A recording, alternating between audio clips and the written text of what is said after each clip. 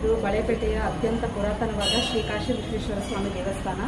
ಇಲ್ಲಿರುವಂಥ ಲಿಂಗ ತುಂಬ ವಿಶೇಷ. ಯಾಕೆ ಅಂತಂದರೆ ಕಾಶಿಯಿಂದ ತಲೆ ಮೇಲೆ ಹೊತ್ಕೊಂಡ್ಬಂದು ಇಲ್ಲಿ ಇಟ್ಟಿರುವಂಥದ್ದು.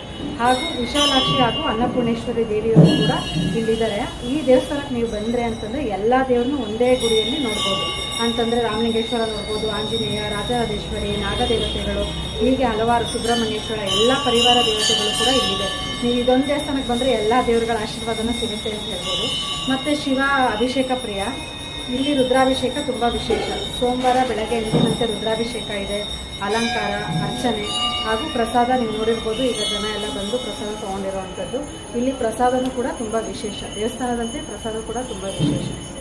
ಮೇಡಮ್, ಸೋಮವಾರ ಮಾತ್ರ ಪ್ರಸಾದ ಇರುತ್ತಾ ಅಥವಾ ದಿನ ಇರುತ್ತಾ ಮೇಡಮ್ ಪ್ರಸಾದ? ಡೈಲಿ ಅಭಿಷೇಕ ಇರುತ್ತೆ. ಸೋಮವಾರ ಮಾತ್ರ ಪ್ರಸಾದ ಹಾಗೂ ಪೌರ್ಣಮಿ ದಿವಸ ಅನ್ನದಾನ ಇರುತ್ತೆ. ಪೌರ್ಣಮಿ 1 ಗಂಟೆಗೆ ಅನ್ನದಾನ ಇರುತ್ತೆ. ಓಕೆ. ಎಷ್ಟು ಗಂಟೆಯಿಂದ ಎಷ್ಟು ಗಂಟೆ ಪ್ರಸಾದ ಕೊಡ್ತೀರಾ ಮೇಡಮ್? ನಾನು ಈಗ ಸೋಮವಾರ ಬೆಳಗ್ಗೆ ರುದ್ರಾಭಿಷೇಕ ಆದ ನಂತರ ಮಹಾಮಂಗಳಾರತಿ 9 ಗಂಟೆಗೆ ಸ್ಟಾರ್ಟ್ ಆದರೆ 12 ಗಂಟೆವರೆಗೂ ಪ್ರಸಾದ ಇರುತ್ತೆ. ಹಾಗೆ ಪೌರ್ಣಮಿ ದಿವಸ ಮಧ್ಯಾಹ್ನ 12 ಗಂಟೆ ಮೇಲೆ ಊಟದ ಟೈಮಿಗೆ ಅನ್ನದಾನ ಇರುತ್ತೆ.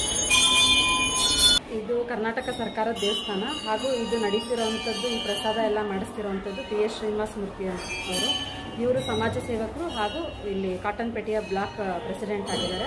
ಇವರಿಂದನೇ ಇಲ್ಲಿ ಸೋಮವಾರ ಬೆಳಗ್ಗೆ ಪೂಜೆ, ಪೌರ್ಣಮಿಗೆ ಪ್ರತಿ ದಿವಸ ಇಲ್ಲಿ ಏನೇ ನಡೆದರೂ ಪೂಜೆ ಮತ್ತು ಪ್ರಸಾದ ಇವರಿಂದನೇ ಮೇಡಮ್. ಅವರಿಗೂ ದೇವರು ಇನ್ನಷ್ಟು ಒಳ್ಳೇದು ಮಾಡಲಿ ಅಂತ ಕೇಳ್ಬೋದು.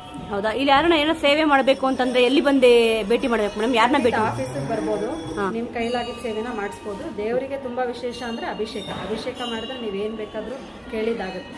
Okay, thank you madam.